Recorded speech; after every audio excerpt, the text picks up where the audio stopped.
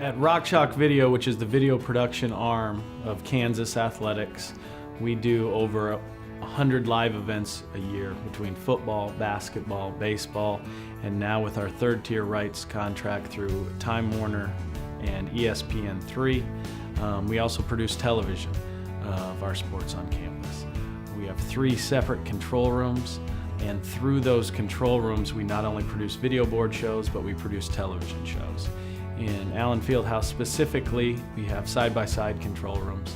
From a producer and director standpoint, generally that's full-time, but a lot of our other camera positions and replay positions are student positions, and Abekas is one of those positions that a lot of times will have students on it. The first Abekas we chose is when we upgraded Allen Fieldhouse from a standard definition control room to a high definition control room, and we looked at a lot of different replay systems.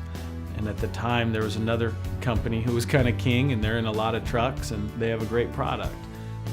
But looking at Abekas and the feature list that they had and the price point that they're at compared to some other people, after doing some demos and getting some feedback from around the country, we decided to go with Abekas. It was important to us to be able to introduce a replay system to students who may never have been on one ever.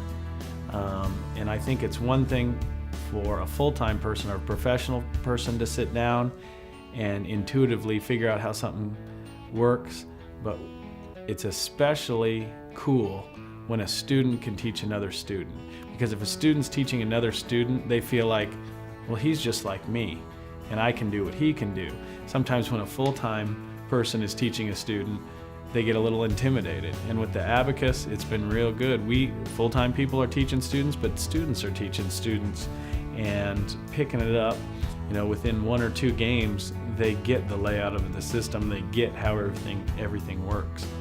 The way we run Abekas in both of our control rooms is we have an 8-channel box, but we split it between 2 operators.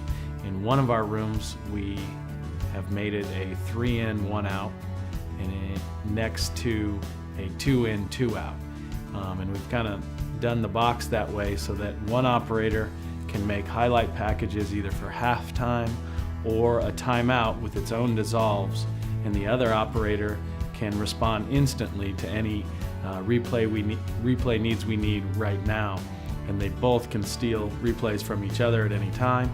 In the other room, it's 3-in, 1-out, and 3-in, 1-out for television. And we found that students can take care of 3 angles pretty well. And then sitting right in front of them in basketball, we'll typically run 6 of our own cameras plus at least 2 slam cams. So that's 8 cameras we control, and sometimes we're getting 2 or 3 from the truck. So we'll go up to 10, sometimes 11 cameras. So sitting in front of the Abekas on both operator stations are routers, so depending on whether we're offense, defense, they can choose which angles to put in. It became a vital part of the control room, because not only are we doing replays with it, but we're creating halftime highlights packages, we're creating packages for the web immediately after the game. So we create a highlight package and ship it off basically almost entirely edited. We throw some CG on it on a Final Cut machine and put it out to the web 15-20 minutes after the game. And it was easy to do with Abekas. So when it came time to build our second control room, we chose it again. Again, price point, ease of use for the students. We can have operators working in one control room, and when it's time for an ESPN3 production, walk over to the second control room and they still know what they're doing. We like the product. We've bought 2, and we might buy another one because we're going to build another control room in a couple of years, so everything's good.